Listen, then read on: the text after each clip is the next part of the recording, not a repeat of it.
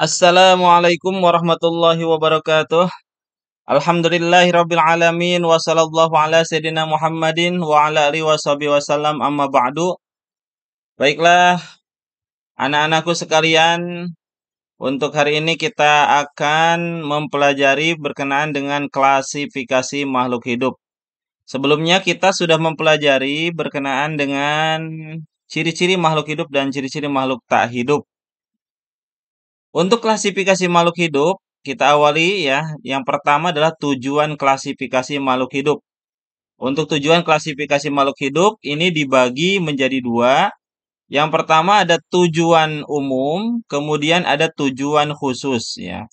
Tujuan umum diantaranya adalah memudahkan dalam mempelajari makhluk hidup, kemudian memudahkan dalam mengenali makhluk hidup dan membandingkan makhluk hidup. Kemudian untuk tujuan khusus, diantaranya untuk mengelompokkan makhluk hidup berdasarkan persamaan dan perbedaan ciri yang dimiliki. Kemudian mendeskripsikan ciri suatu makhluk hidup untuk membedakan dengan makhluk hidup yang lain. Kemudian berikutnya adalah mengetahui hubungan kekerabatan makhluk hidup dan memberi nama makhluk hidup yang belum diketahui namanya. Nah, ini konsep ini sebetulnya sudah eh, di diajarkan ya di dalam Al-Qur'an, yaitu di surah Al-Baqarah, di mana Allah mengajarkan nama-nama benda kepada Nabi Adam alaihissalam. Wa 'allama Adamal asma kullaha tsumma 'aradahum 'alal malaikah. Nah, di sana Allah Subhanahu wa taala mengajarkan secara langsung kepada Nabi Adam berkenaan benda-benda yang ada di lingkungan sekitarnya. Kemudian selanjutnya berkenaan dengan klasifikasi makhluk hidup ini juga sebetulnya sudah udah ada ya di dalam Al-Qur'an. Di antaranya Allah Subhanahu wa taala berfirman di dalam surah Al-An'am ayat 141. Wa huwallazi ansa'a jannati ma'rusyat wa ghairu ma'rusat. Dan dialah ya Allah Subhanahu wa taala yang menjadikan tanaman-tanaman yang merambat. Ada tanaman yang merambat, kemudian ada tanaman yang tidak merambat. Kemudian wan nakhla, Allah menjadikan kurma, wa zar'a. Kemudian ada beraneka ragam ya di sana tumbuhan-tumbuhan mukhtalifan ukuluha, berbagai macam rasanya. Nah, ini berarti menunjukkan adanya klasifikasi al-ayah ya. Eh Selanjutnya masih ya berkenaan dengan ayat Al-Qur'an mengenai klasifikasi makhluk hidup. Ini ada juga wallahu khalaqa kulla dabbatin mimma'in faminhum may yamshi 'ala batnihi. Nah, di sini berkenaan dengan binatang ya, dabah. Ada hewan-hewan di sini.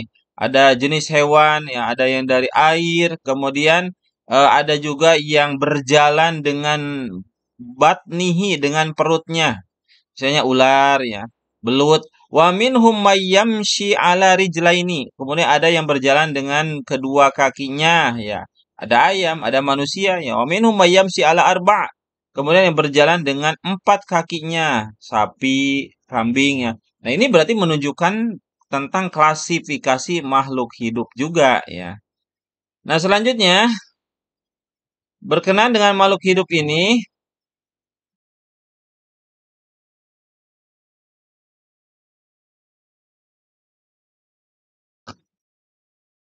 ilmu yang mempelajari tentang klasifikasi makhluk hidup itu disebut dengan taksonomi ya.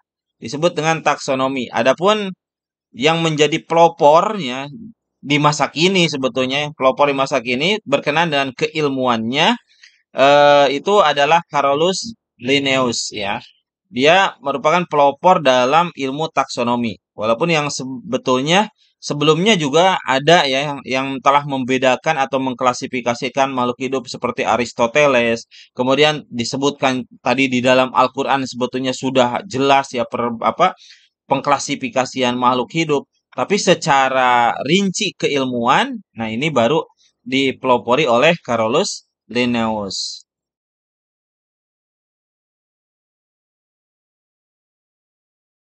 Selanjutnya, klasifikasi makhluk hidup. Ya.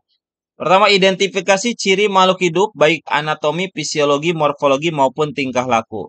Jadi dalam pengklasifikasian makhluk hidup itu harus diidentifikasi dulu yang pertama ya. Kemudian kelompokkan berdasarkan persamaan ciri yang telah diamati. Apakah bersayap atau tidak bersayap misalnya, atau berjalan dengan kaki dua atau berjalan dengan kaki empat dan lain-lain ya. Setiap perbedaan dalam satu kelompok pisahkan menjadi kelompok yang lebih kecil. Sistem klasifikasi membagi makhluk hidup menjadi beberapa tingkatan takson. Jadi takson itu tingkatan-tingkatan sebetulnya. Semakin banyak persamaan, maka semakin dekat kekerabatan. Susunan takson adalah sebagai berikut. Di sini ada taksonnya ya. Untuk memudahkan kita mulai dari sini aja misalnya. Ada S ya, GF ya, SGF, O ya, C ya. Kemudian FK ya. Atau dalam penulisan biasa filum biasanya ya. Jadi untuk memudahkan ini dari yang paling terkecil, yang sederhana ya sampai apa yang terbesar ya, yang terbesar. Maka susunannya menjadi SGFOCPK. Spesies, genus, famili, ordo, kelas, divisi kalau untuk tumbuhan, kemudian filum untuk hewan, kingdom. SGFOCPK ya. Nah, kalau pakai P berarti untuk hewan, filum ya. Kalau tumbuhan SGFOCDK, kingdom. Baik, selanjutnya. Nah, bagaimana kunci identifikasi ya? Kunci determinasi petunjuk yang digunakan untuk mengidentifikasi suatu benda, suatu organisme. Identifikasi hewan itu diantaranya ini misalnya terdapat jenis binatang di sini ya. Kemudian ada kunci determinasinya. Nah, kita amati di sini. Bentuk bertulang belakang atau tidak bertulang belakang. Kalau tidak bertulang belakang ini invertebrata. Nah, kita amati di sini. Hewan ini bertulang belakang, ada tulang belakangnya. Berarti kita ambil adalah 1A ya. 1A kita ambil. Nah, kalau kita milihnya yang A, maka lanjut ke nomor 2. Apakah tubuhnya basah atau tubuhnya tidak basah? Nah, ternyata ini hewannya itu adalah tidak basah. Ya, hewannya tidak basah, maka yang kita ambil adalah 2B. Kemudian kalau hewannya tidak basah, ini kan larinya ke nomor 4. Ya. Maka di sini kita amati apakah menyusui atau tidak menyusui. Kita perhatikan ini ya, jenisnya bukan jenis yang menyusui, tetapi tidak menyusui. Nah, kalau tidak menyusui, kita lari ke yang nomor 5. Nah, apakah ditutupi oleh bulu atau tidak? Ya, ternyata ditutupi oleh bulu. Maka kesimpulannya hewan ini termasuk pada apes ya, termasuknya pada apes. Nah, berarti kunci determinasinya, identifikasinya 1A dilanjut ke 2B, kemudian 4B dan 5A. Nah, ini sama dengan apes ya.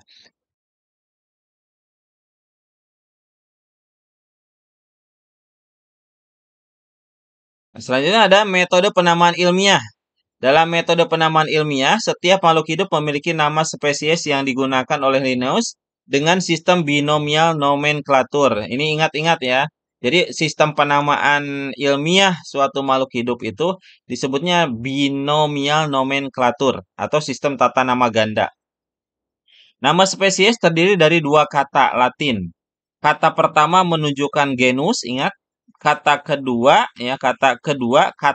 mohon maaf ya, menunjukkan spesies. Diawali dengan huruf kecil. Jadi kalau genus itu diawali dengan huruf besar, kemudian kalau spesies diawali dengan huruf kecil. Kemudian penulisan nama ilmiah dicetak miring. Ingat ini, dicetak miring atau digaris bawahi jika dalam tulisan tangan. Nah, perhatikan di sini ada nama Oryza sativa. Berarti Oryza ini adalah genus ya, kemudian sativa adalah spesies. Dan genus ini berdasarkan aturan binomial nomenklatur kata pertamanya itu ya huruf awalnya harus kapital dan ini ditulis dengan huruf kapital. Kemudian spesies ditulis dengan huruf kecil awalnya yaitu S di sini ya, huruf kecil. Kemudian penulisannya secara miring. Berarti penulisan Oryza sativa, ini nama ilmiah padi ya. Genusnya adalah Oryza, kemudian spesiesnya sativa. Baiklah, untuk pertemuan hari ini kita cukupkan sekian. Silakan dipelajari lagi ya video ini ya, mudah-mudahan bisa membantu kalian dalam pembelajaran terutama dalam klasifikasi makhluk hidup. Sekian, hasbunallah wa ni'mal wakil. Wassalamualaikum warahmatullahi wabarakatuh.